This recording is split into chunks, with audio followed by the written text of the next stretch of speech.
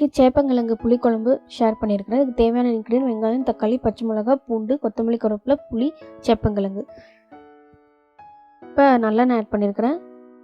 இது கூட கடுகு, வெந்தயம் தாளிப்புக்கு போட்டுக்கணும். வெந்தயம் கம்மியாக போட்டுக்கோங்க, கசக்கும்.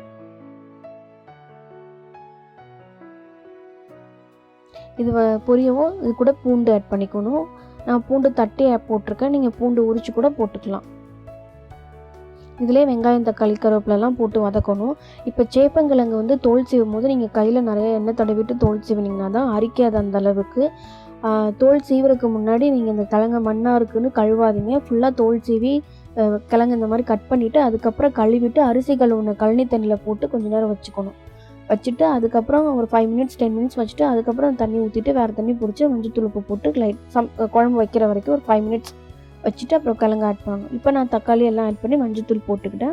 இப்போ கிழங்கு ஆட் பண்ணுறேன். அதனால தான் இந்த தண்ணி இப்போ மாற்றிருக்கிறேன்.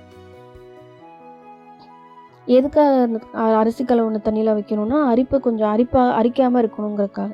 இப்போ மூடி போட்டு கிழங்க வேக வைக்கணும். கிழங்கு குழையக்கூடாது, அது நேரம் நல்லா வேகணும். புளி ஆட் பண்ணிக்கிறேன். நான் ஒரு எலுமிச்சம்பழம் சைஸ்க்கு புளி எடுத்துருக்கிறேன். எலுமிச்சம்பழம் சைஸ்க்கு புளி எடுத்து ஊற வச்சு கரைச்சி சேர்த்துக்கிறேன். இந்த ஸ்டேஜில் நம்ம மல்லித்தூளும் மிளகாத்தூளும் ஆட் பண்ணுறோம். மிளகாத்தூள்லேயே நான் தனி மிளகாத்தூளும் மிக்ஸ் பண்ணியிருக்கனால நான் மிளகாத்தூள் மல்லித்தூள் மட்டும் ஆட் பண்ணுறேன். இல்லைனா நீங்கள் தனி மிளகாத்தூள் கொஞ்சமாக எடுத்து சேர்த்துக்கோங்க. இதனால் மிக்ஸ் பண்ணிவிட்டு இதுக்கு வேணுங்கிற அளவு தண்ணி ஊற்றி கொதிக்க வைக்கணும். நல்லா இந்த மிளகாத்தூளோட பச்சை வாசம்லாம் போக, புளி பச்சை வாசம்லாம் போக கொஞ்சம் நேரம் மூடி போட்டு கொதிக்க வைங்க. உப்பு ஆட் பண்ணிக்கிறேன். கல்லுப்பு எனக்கு கையில் போட்டால் தான் அளவு தெரியும், அதனால் நான் கையில் போட்டுக்கிறேன். ஸ்பூனில் போட எனக்கு அளவு தெரியாது, அதுக்காக. இப்போ நான் மூடி போட்டு குக் பண்ணிக்கிறேன்.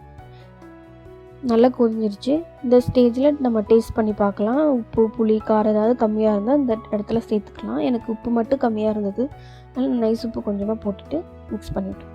உங்களுக்கு இந்த புளிப்பு சுவை அதிகமாக இருக்குது, துவப்பு டேஸ்ட் வர மாதிரி இருக்குன்னா அது பேலன்ஸ் பண்ணுறதுக்கு கொஞ்சமாக வெல்லம் போட்டுக்கலாம். எனக்கு கரெக்டாக இருந்தனால நான் வெல்லம் போடல, கொஞ்சமாக போடணும், அதிகமாக போடக்கூடாது. அப்புறம் லாஸ்ட்டாக கருவேப்பிலையும் கொத்தமல்லியும் குழம்பு கொதிக்கிறதுக்கப்புறம் போட்டு ஆட் பண்ணி மிக்ஸ் பண்ணிக்கிட்டு குழம்பு ரெடி. நார்மலாக நம்ம வெண்டைக்காய், முருங்கைக்காய், பூண்டு போட்டு புளிக்குழம்பு வைப்போம். இது சேப்பங்கிழங்கு போட்டு வச்சுருக்கோம். ரொம்ப சூப்பராக இருக்கும், டிஃப்ரெண்ட்டாக இருக்கும். இதிலே உருளைக்கிழங்கு போட்டு கூட வைக்கலாம். நான் பண்ணால் அதையும் ஷேர் பண்ணி காட்டுறேன். சேப்பங்கிழங்கு வறுவல் தொக்கு கூட நான் ஷேர் பண்ணுறேன். இன்றைக்கி எங்களோட மீல் ஒயிட் ரைஸ், முட்டைக்கோஸ் பொரியல், சேப்பங்கிழங்கு குழம்பு, அப்பளம். நீங்கள் முட்டைக்கோஸ் பொரியல் கூட்டு நமக்கு நார்மலாக தெரியும். முட்டைக்கோஸில் நான் வறுவலும் ஷேர் பண்ணுறேன். Please subscribe me. தேங்க்யூ.